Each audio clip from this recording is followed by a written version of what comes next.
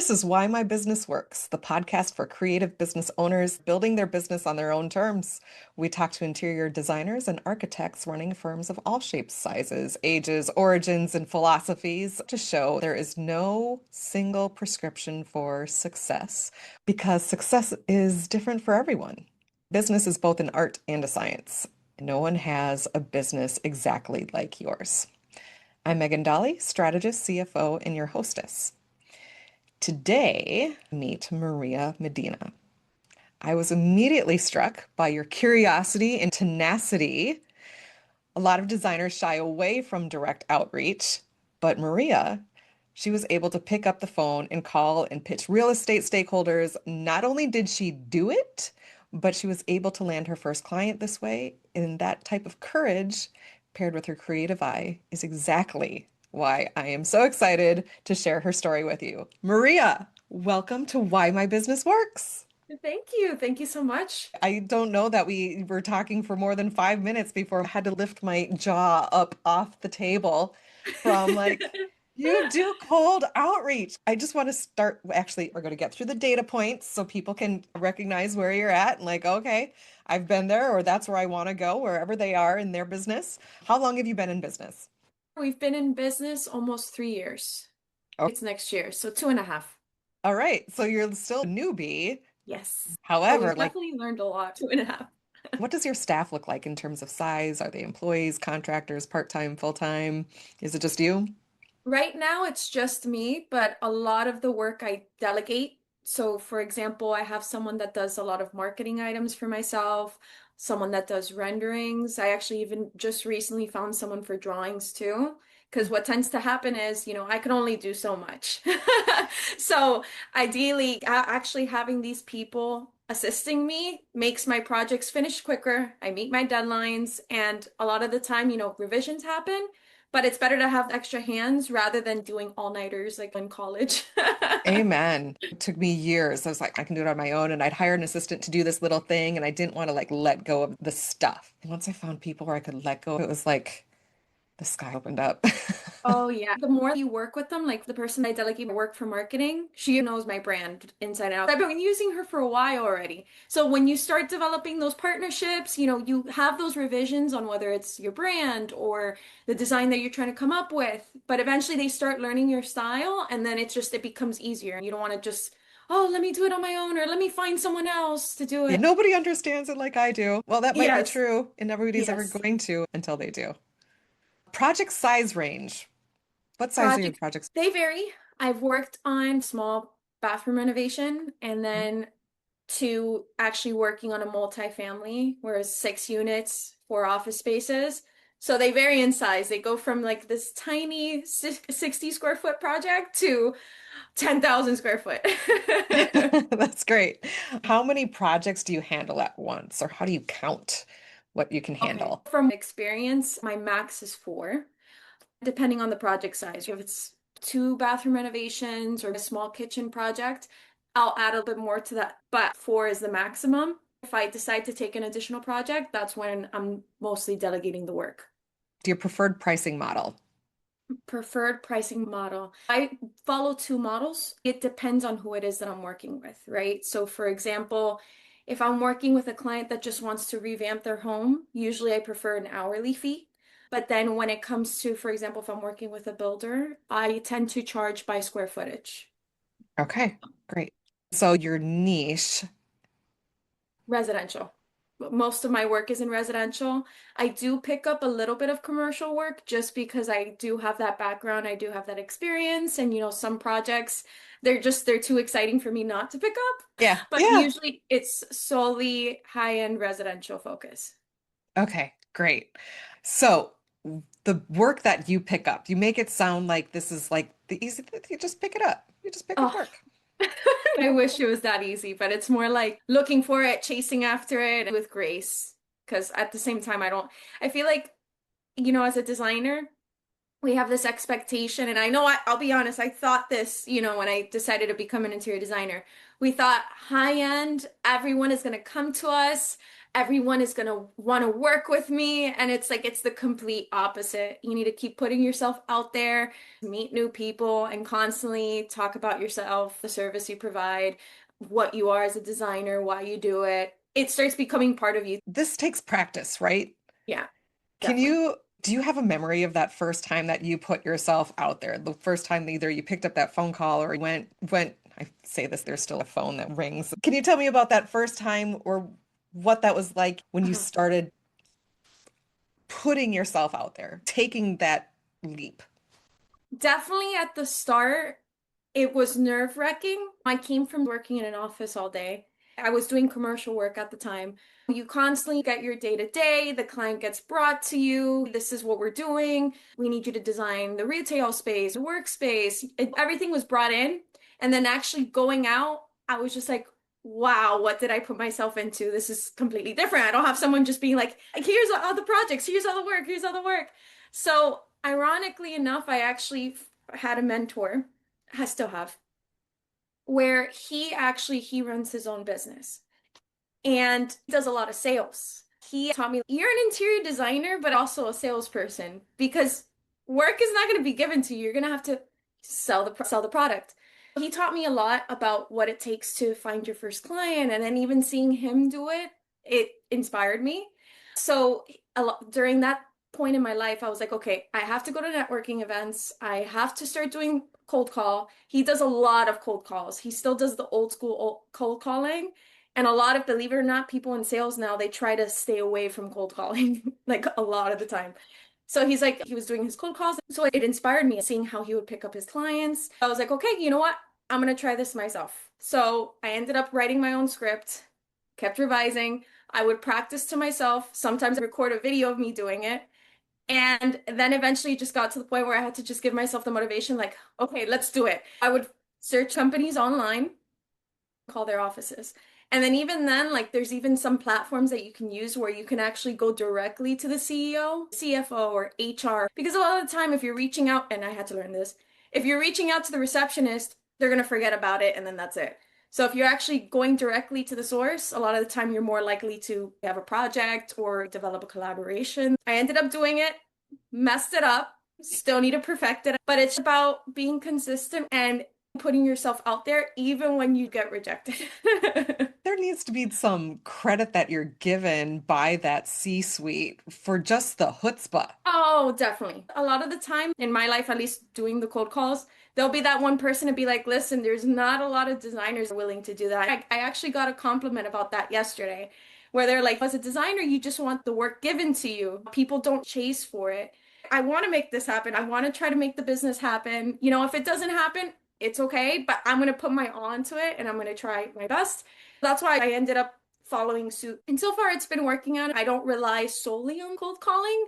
I do a lot of the time reach out to people on LinkedIn. That's been very beneficial because now the one thing that I do notice is even when I'm cold calling, a lot of the time people are not picking up the phone. That's the majority of the calls. It's less rejection, more they don't want to answer. It's like it's an unknown number.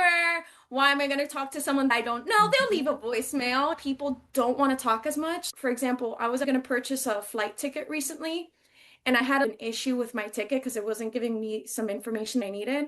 Customer service now is all online, writing on a live chat rather than talking to someone. Yeah. LinkedIn has been beneficial in that sense because I'll write the little message trying to say, hey, you know, how can we best collaborate? This is what I do. A lot of people reach out to me through there too. So a lot of people look at LinkedIn like, oh, it's just a place where you could get a job. No, it's actually, for me, it's helped me a lot on, you know, scheduling meetings with builders, realtors.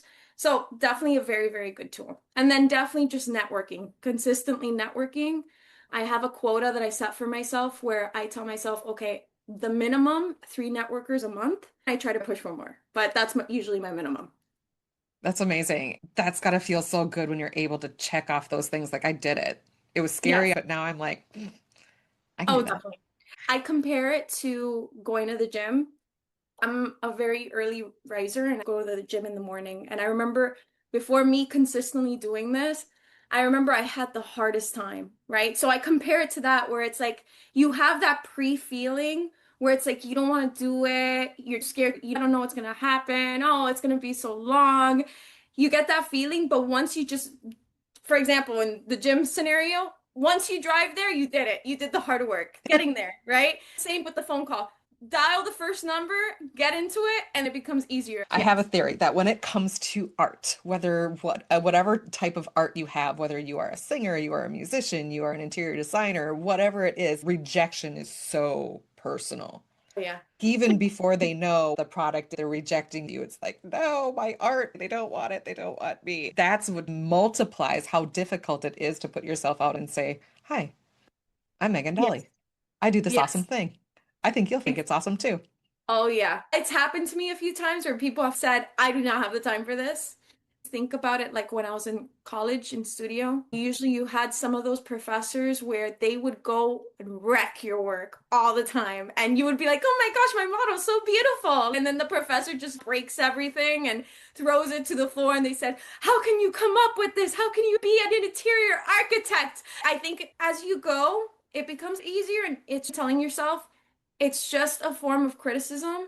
Another thought process that helps is at the end of the day, these people are really busy, right? We're running our business, we're trying to get the marketing down. We're trying to get to one client's place, and then we have to go all the way to the other side so that way we can work on the other project. They're just like us. So when they do it, what I tell myself is that they're stressed or busy. They're doing items which is not allowing them to focus on it. So that's why I think it is important to just be like, hey, I see that you're pretty busy. I would love to schedule another call for another time. Would this work for you? And then some people, they just flat out tell you, hey, I'm really not interested. And believe it or not, those are the best because you don't waste your time. Sometimes clients or prospects just want to be seen, even if Yes, it's not right now. exactly. I try to keep it as informal as possible because I notice when I try to be like exact on the script, that's when they don't want to talk. Do you want to Mhm. genuinely act like you're having a conversation when you're trying to communicate with them? Because they're thinking, oh, they just want to sell me. They want to sell me a service. They Right. want money from me. So I'm just going to hang up. When you're showing them, I really have a passion and this is how I will help you, they're more likely to talk to you. That's great. And also, if you have this sense of, I am excited about what I'm capable of, and I can't wait to show you, like, there's no timidity about the Uh-huh. art you bring. Yes. Where does your confidence come from? My confidence comes from doing this for a long time. I've always had a passion for it, and I've always been the type of person where I constantly want to advance in whatever it is that I'm doing. So not even just interior design, like even like the gym, for example, or even trying to pertain like more knowledge on certain topics. So with me, I feel like when I'm dedicating a lot of my time into productivity, I become the most confident because I'm learning more, I'm doing more rather than watching TV all day and watching like the latest that's going on Netflix. Then I find myself like constantly beating myself up and being like, oh, I could have done more. So I guess it's just like being able to advance in that. And then also in general, I've always had this vision for myself where I wanted to make my own business come to life. And I think it's the fact that I'm actually doing it and had to conquer so many obstacles along the way that it even gives me more confidence to talk about it. Like, you just exude this joy. My husband says I wiggle like a puppy when there's a good meal in front of me. Talking to you, I get that same wiggle of joy, happiness, and enthusiasm. I love it. I love it. When we talked, we actually did talk about joy. We talked about like the joy that you have in taking on the challenges, in the client interactions, but also in the benefits of design. So it's not the art itself, but the benefit of it. Will you talk about that? Okay, so for me, there's so much I can talk about design. So if I get too long, I'm sorry. But I think for me, the one main goal that I have when it comes to designing, and I know that I say I do high-end residential, but what I define as luxury can be completely different to someone else. Like I've ran into clients where all they want is a simple minimalist look. They're not looking to have like a traditional style or using a ton of RH pieces. They just want something minimalist. My goal is to determine what their style of luxury, what they believe luxury is, and then implementing it into their space. And even then, design just has so much benefits to it. I always remember when I actually started my first job in a small office space with no windows. And I was always stressing because I never knew what time of day it was, right? And I noticed how that would affect my productivity. So just adding a window or putting a a TV with what's going on outside. Implementing those little types of key elements can change the way you feel and the way that you do perform certain actions. Design has the power to heal. That's what a lot of healthcare designers they implement within their art projects. Mhm. I'm sure that you've heard of feng shui. Design determines your energy within the space, how things flow. It has so much power. As interior designers, we tend to get this rep where it's like, they just want me to buy the most expensive product, even if it doesn't work. We constantly get that reputation. We pick pillows for a living. I want to teach them, oh, that's like 5% of the job. So just wanting to teach them, be like, hey, this is why, you have us. We try to make you feel the best way possible when you're walking within your space. We're trying to create that dream vision that you have for your home or office or whatever it might be. We're trying to get you to feel a sense of peace. I even tell people we're psychologists for our clients because of the crazy issues in construction. It's a great experience. With an interior designer, you can avoid costly mistakes if you do it on your own. Amen. And I think even if we're real, the economy for interior design right now is weird. It's Yeah, it's hard. very weird. It's hard depending on where you're at. If there's anybody that understands their client's needs better than the client understands them themselves, like in what they want. It's shifting the way people want to live. It's shifting the way that people want to build community. The front lines are interior designers and architects Yes, I because they completely get it. They get not just the vibe, but the function as well. And what a unique marriage. experience. Yes, I agree. I remember a conversation with a friend. He's an architect. And he always tells me, he's like, I can't imagine having to do interior design work, because as architects, people think like Frank Lloyd Wright, because Frank Lloyd Wright, he obviously he did all the architecture work, but he also did interior design work. So they think, oh, our architects are this way. If I can do the outside, I could do the inside. It's in reality, not really. Not a lot of people have that passion or gift. Even architects will say, oh, I can design an interior space. I can do it. They never do it. There's a reason why we have architects, interior designers, and landscape architects. People think landscape architects just choose plants, that's it. No, they do the whole thing, the site, making sure that how the roads are going to go. It's, I can't imagine doing that for myself. I think we are in an era of oversimplification, right? Like Yeah. HGTV, they see a space, make some lines on paper, and then poof, Oh, everything's perfect. that's Yeah. just another conversation that a lot of issues us interior designers get, like unrealistic deadlines, because they're like, oh, I saw this designer do it on HGTV. It took them 2 weeks. No, it didn't. They probably just claimed it was 2 weeks. They came in, They're they not saw talking the about the space. challenges. Exactly, right? And then they ordered everything, waited 6 months, then started recording. What do you want? Even then, Okay, a lot of the time it's scripted. let's talk about your approach to business because you really enjoy your business. What would you say is your general approach? My general approach to business. Can you break down the question a little more? When I worked full-time jobs, Sunday nights were the worst and it was hard to get up on Monday mornings. I don't have that anymore because my approach to business is what do I get to do for somebody today? Okay. I want to create win-win situations all the way around. It's got to be a win for you. It's got to be a win for me. Granted, this is an evolution that I've come to across many, many years of like from the people pleasing Megan to the let's get to work. This is going to be fun. Oh, Let me help. that's another topic. That's a great topic. But I mean, Oh, that's great that you're talking about that because you're saying, oh, you came from the people pleasing Megan, and now I am yeah. the. It's crazy because when you're working in a firm, I still struggle with this little by little because I always want to make sure everyone is happy, especially my clients.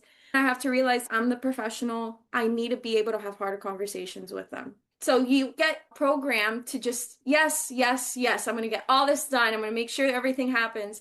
But when you're running a business, it's the opposite. You can't have that. Yes, take on the jobs, right? Sometimes you like starting off, take the really small jobs because at least you're building that portfolio, you're getting the credibility, but you don't have to pick up the client that's completely disrespecting you. You have the ability to say no. I would say my approach when it comes to business, what gets me excited is being able to educate people. My big goal, especially when starting the business, like ideally I was in college and I was like, I just want to design, I want to do all this. But I've learned that my purpose when it comes to developing the business, it's not even just to educate clients. My goal is to have employees. That's a huge dream of mine. It makes things easier. Great. But the one thing that I want to do is just be a mentor to them so they can learn the design aspect and ideally the sales aspect too. I want them to learn that as well. I want to teach them if you wanted to start your own business, this is what you're going to need to do. Because ideally, I feel like, when you're studying interior design, we're learning how to create, but not how to budget. We're not learning about how to get your first client. You can collaborate with design firms working with your own business. I learned having to just go off on my own and trying things. So I feel like that's just a huge goal of mine, heading towards that future and being able to educate them. What you think is interior design is not really interior design. I'm going to show you. Just being able to do that wakes me up every single day. The idea of, okay, who am I going to meet today? How am I going to help my clients today? What's going to happen today? I've always been the type of person where I like challenges. So if something happens on site, you know what? We're going to figure it out, I promise. You don't shy away from parts of business. I get a lot of phrases like, I'm not good at numbers. People think they're not good at numbers, or these things that become parts of the business that are avoided. Yes, they are. The Yeah. numbers tend to be avoided. Even I get guilty of that, but I always have to think I have to determine what's going to cost a certain price for my client. I even have to have the discussion of whether a budget is realistic. I remember working on a project and it was temporary, a temporary project. It was Hmm. for a art gallery event. So they had came to me and they requested for an installation to kind of create like this exciting space where it even had, it was very, he wanted to keep it very green, very sustainable.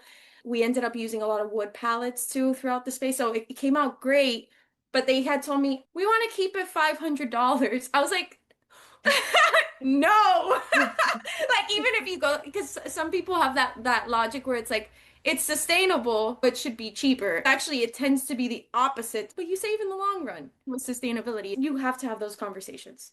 That's interesting. If it was cheaper to be sustainable, the world wouldn't be in the position it's in right Oh yeah, now. everyone would be doing sustainability, but it's, everyone they look at the upfront costs, right? They're Yeah. like, oh, why don't I just get, your regular toilet or why does it have to be water sense? I have to have the conversation with them. Here's how it saves you, because it's upfront, it looks a lot more expensive than the regular toilet, but you're actually when it comes to your water bill, you're saving so much more money. So in the long run, you're actually saving money. Sometimes it doesn't work. Sometimes they'll just be like, never mind, I'm gonna go another direction.